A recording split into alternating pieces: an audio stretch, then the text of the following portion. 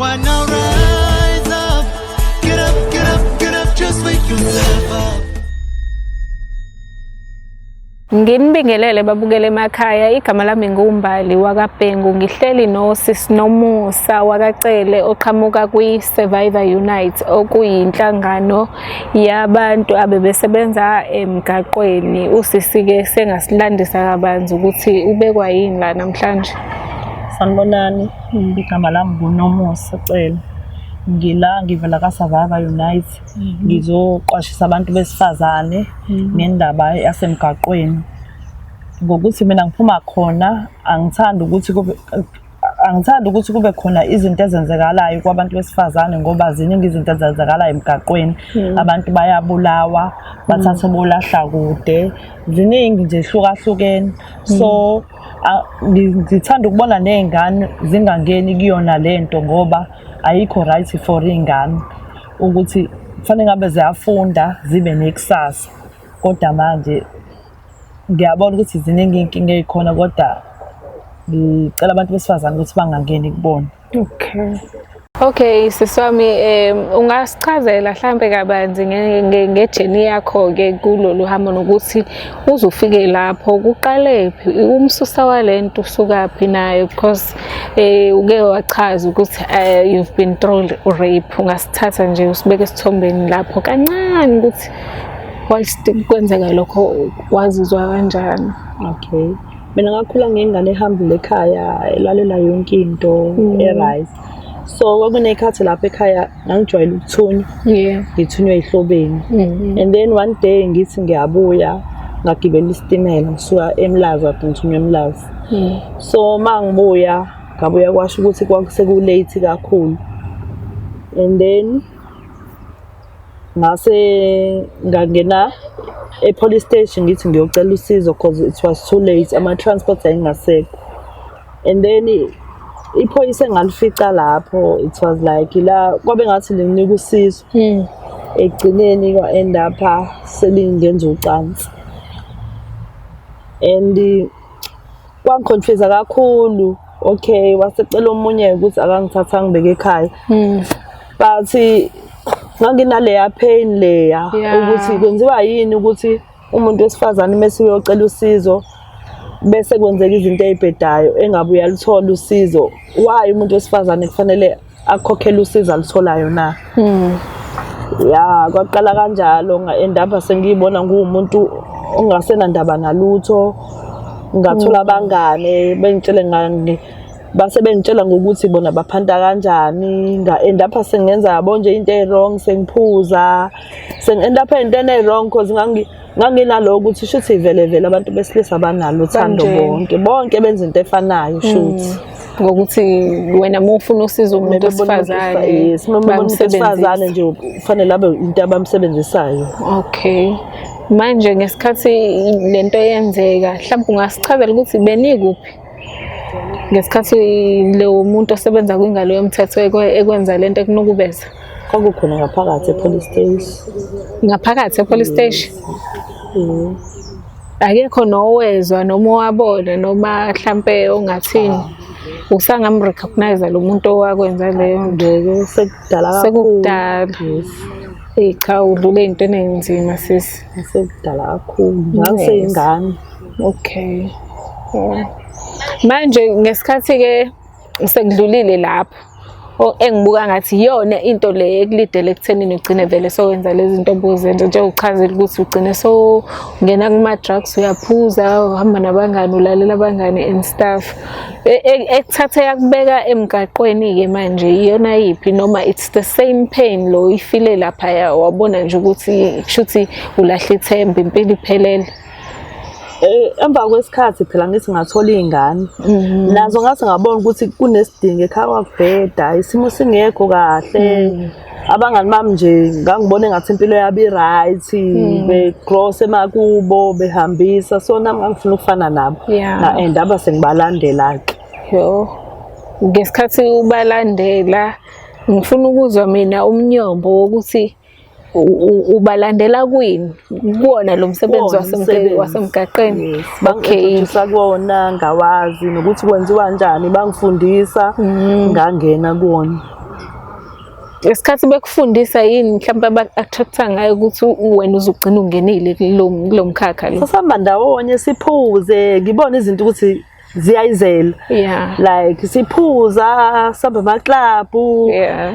Kumnandi nje ngi-enjoy ukuthi yabo nje.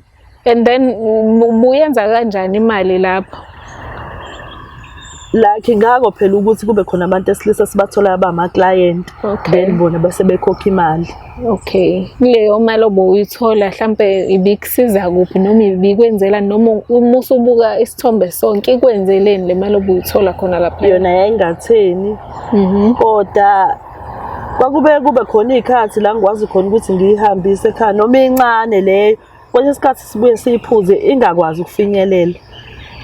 Ngiyiphuze noma sengama-drugs noma yini edingakalayo esiyibonayo ukuthi uyimali esheshe ihambe. Okay, ngesikhathi nithenga ama-drugs la lokho akukuphazamisanga mhlampe-ke wena-ke from ekubeni umuntu osizayo ekhaya at the same time? Ngicabange ekhaya ngibone ukuthi ayifinyeleli. Ngoba phela manje nawe kumele uyisebenzise. Ama-drugs wawasebenzisela ukuthi ufuna ukudlulisa. Okay. Ngikwazi ukumela noma yini eyenzakalayo. Alright. Kuyazwakala sisi. So njengamanje umuntu ongaphandle mhlawumbe okulalele njengomuntu futhi nawe ungumzali ungathini kuyena yini le eyabanzima yazi yakufikisa kwa-Survivor Unite yakukhipha nje ekuthenini wena uyadayisa yazi yakufikisa ku-Survivor Unite? Owangikhipha okubalulekile ukuthi nginengane endodakazi engafuni nami kusasa kube khona izinto ey'rongo ezenzayo. Cause sengibonile kuningi kwenzeka abantu befa phambi kwami, abantu belahleka kuningi. Angithandi nami ngelinye ilanga ukuthi ingane yami ihambe ingabuyi. Angithandi ukuthi ngithola ingane yami isiyisidumbu isihambe emgaqweni. Ngithanda ukuthi nami ngiyisekele ngikwazi ukuyigcina ukuthi ngiyenzele izinto kungabe ukuthi iyaphuma esandleni. Nanokuthi ngiyafisa ukuthi engathi izinga labantu besifazane abalikwenzayo lingehla. Engathi ngaba khona iy'ndlela ukuthi abantu besifazane basizakale. Cause nathi siyi-Survivor Unite sithi no food decream. Loko sifuna kuvikeleka ukuthi uhulumeni akwenze kube legal ukuba ama-prostitute. Asithandi. Okay, angakwenzi. Sifuna i-partial decream ngoba yona iyona ezonika abantu besifazane amathuba ukuthi bathole ama-skills, bathole imisebenzi, bathole ukufunda. Lokho kuzosiza futhi nanokuthi futhi asithandi sicela uhulumeni ukuthi kuyona i-food decream angithi kunalo mthetho lo ukuthi kuboshwa umthengi. Umdayisi angabosha. Sicela ukuthi mawukuthi uhulumeni uyakwazi ukuthi kuboshwe umthengi ngeke babe khona abantu abadayisa ukuthi abathengi baboshiwe. Iyona lento ezokwazi ukuvimba ukuthi nezingane zingaboni ukuthi zingasizakala kubona ekutheni kudayiseni umzimba. Zizovimbeka. Ngiyazwakala. Ngizocela ukubuyisela back kancane nje kulokho kade ukhuluma ngakho mayelana mhlawumbe nokulahleka kwabantu, ukulimala nje kade uchaza ukuthi bungafuna ukubona ingane yakho mhlawumbe isi-end up iyisidumbu. Ne? Iyiphi into wena oyibonile lapha ngesikhathi usakuyona le industry eyakwenza wabona ukuthi no, this is it? Ungasipha nje isitori esincane ukuthi okay la engabona khona ukuthi le industry inzima ila? Ngelinye ilanga khona intombazane eyaduka nje isasinayo. Kwathi ngomunye udate yatholakala ehlathini ifakwe ngisho ibhodlela ngaphansi. Yabo nje leyo pain eyaba khona ngicabanga lobu buhlungu. Ukuthi nanokuthi what about ifamily yakhe? Ithini? Because they don't know ukuthi wenza lo msebenzi. And umuntu usebuya useyisidumbu usenemzimba uthintekile emzimbeni ulimele uyabuya beyibuza nje nakuthi kanti umsebenzi imune kade wenza kanti kwenzakaleni ngempela. Lokho nje kubuhlungu kukodwa. Khona kuyazwakala. In terms of laba abalahlekayo, ukhona mhlampe-ke owakwalahleka watholwa, siyeke lo wenziwa kanje, walahleka watholwa mhlampe noma Akaze nje baze bagcina batholakala. benyamalele bangatholwa nje. Banyamalala kanjalo nje akaze batholakala. Okay, ayikaze ni-affect mhlambe lento yokutrafikwa-ke nina laphayana ngoba uchaza nje ukuthi khona bangakaze batholakale kuze kube manje. Ikona nje ukusiphatha kabi ukuthi abantu banyamalala bangabe besaba khona. Iyona nje into eyangibalekisa kakhulu. Ukuthi ababuyi labantu. Ababuyi inhlobo. Awusole mhlawumbe ukuthi bathunywa mhlawumbe ama-drugs or bayiswe emazweni noma bama-slaves somewhere njengamanje. Mhlawumbe bayathatha bayiswe emazweni badliswe ama-drugs bahlaliswe lapho kulezo zindlu abahlala kuzona whatsoever ukuthi badayise ngomzimba ngenkani. Anazi. Asazi. Okay. Ngathini indlela-ke yokuthi uphume laphaya wena njengoba wazofika ku-Survivor Unite uphume kanjani ngoba phela i-most siyayibona ifika iphume iphinde ibuyele iphume iphinde ibuyele. Ngathola u-Lifeline i-organization ethiwa u-Lifeline yasinginikeza ama-skills ne-counselling. Yes. They tried like baba nama-support group esasiwangena like kwahila kancane kancane ngabona umngozi nokuthi ifanele ngiphume ukuze ngibaluleke kahle enganeni yami ikwazi ukuthi ihloniphe nayo ikwazi ukuyigcina ibe right. Fanele ngiphume kulezi zinto ngingatshelwa abantu ukuthi uma wakho benza ukuthi kuzoba wrong lokho. Ngakhansela isheka ngaba right ngakwazi ukuqunga isilindi. So abantwana akazi nabo babe nezinsolo mhlambe ngalesimo lesi. Hayi bona babazi ukuthi uma uyasebenza. Buye nje ubeke ukudla etafuleni uma uyasebenza. Ayikho enye into nje ayakuyasolisa. In terms of bona-ke nje bekhula wena nje ubabuka bekhula akukho okusolisayo ukuthi mhlambe nabo bangangena kule nto cause manje isikhathi esiningi abantu bangena kule industry bengazi ukuthi bayangena umuntu ayibone sephakathi cause u-attract izinto ey'thize yabo. Ngeke ngibe nako ukwesaba kodwa ngoba esikhathini samanje sengiyakwazi ukuthi uma becela into ngibenzele ngenza sure ukuthi abalekho indawo. Okay. Yes, so that bengeke baze baphumele ngaphandle bayocela. Ngenza sure. Okay. Shuthi kahle kahle ungam-advise omunye umuntu owumzali ukuthi naye ekhaya enze sure ukuthi uzama ngokusemandleni ukuthi umntwana in as much as kumele amukele okukhona ngoba phela siphila ngokukhona okungekho akukho kodwa zama ukuthi ingane ayenze ingane yakhe ibone ukuthi uyenza uyazama ukuze ingazi iphelele lapha emgaqweni. Okay. Manje usisi mhlambe nje kulokho okunye akubalile in terms of from i-situation yakho leya ye-rape kuze kufika manje kuba njani kuwena ukulala nomuntu mhlambe ongamthandi noma ongafuni ukulala naye? Angezwa lutho nje kwangathi ngiyisidumbu angizange kube khona kwakubuhlungu. Usukhulumela lokhu yakwe-rape? Yes, kwakubuhlungu ngoba ngaze ngaphelelwa nothando yabo nje abantu besilisa anginalo uthando labo from leya nto yakwehlakalela. Okay. Ezuqhubeka nalo msebenzi-ke bekunjani ukulala nabo? Ngangenza into okufanele ngiyenze ngoba phela ngangidinga imali. Shuthi buwenza ngoba uphoqelekile. Yes. Ayikho into mhlampe uke waba nama-feelings kumuntu ngesikhathi usasebenza lo msebenzi nakancane nje? Iyiphi-ke into ongayitshena omunye umuntu ngaphandle cause uyakumenshina ukuthi lento le iyanihlukumeza emotionally as umuntu vele wahlukumezeka.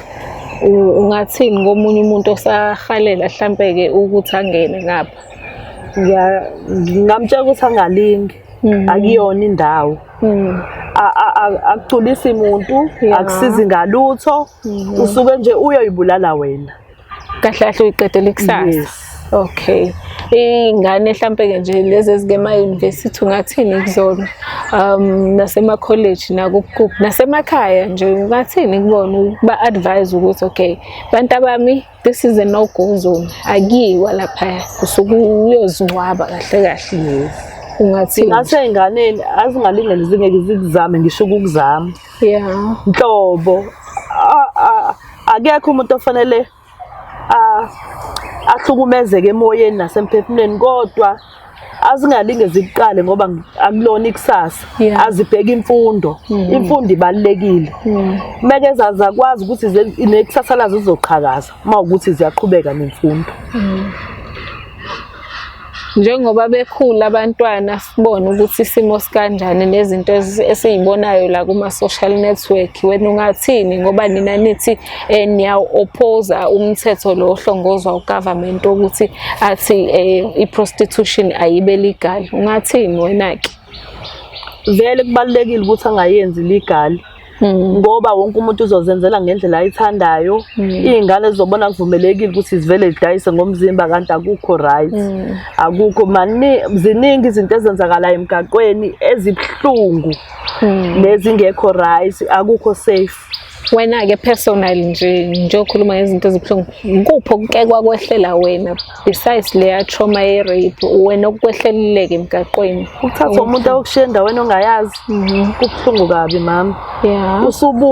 Ubuya ngey'nyawo. Sixoxele nje kancane ukuthi kwenzakalani lapho. Wangithatha ongishiya le elokhuzaneni esiphingo. Yeah. Engithatha eThekwini. Ngabuya ngey'nyawo. Ungakwazi, awazi muntu. Nhlobo. Ngangazi noma fanele ngihambe ku-freeway noma fanele ngihambe phi, kusebusuku ngiyasaba. Yeah. Ngazama ngendlela engazi ngihambe ngicela o-lift ngibone ukuthi nalokucela o-lift phela akukho safe nakho. Akukho safe. Wayekhokhelile kodwa lo muntu noma? Azange akhokhe. Yazi kona kunzima kodwa abantu-ke abakhuzeke emakhaya ukuthi njengoba ukhuluma nathi kanje, hhayi ngoba nakho mhlawumbe ukhuluma into uyithathela phezulu, usudlulile kule jeni. Into sowuzi-experience-ile lezi, uyafisa futhi ukuthi zimiyale omunye umuntu ukuthi angabisasondela. Baqwashiseke. Yes. Okay.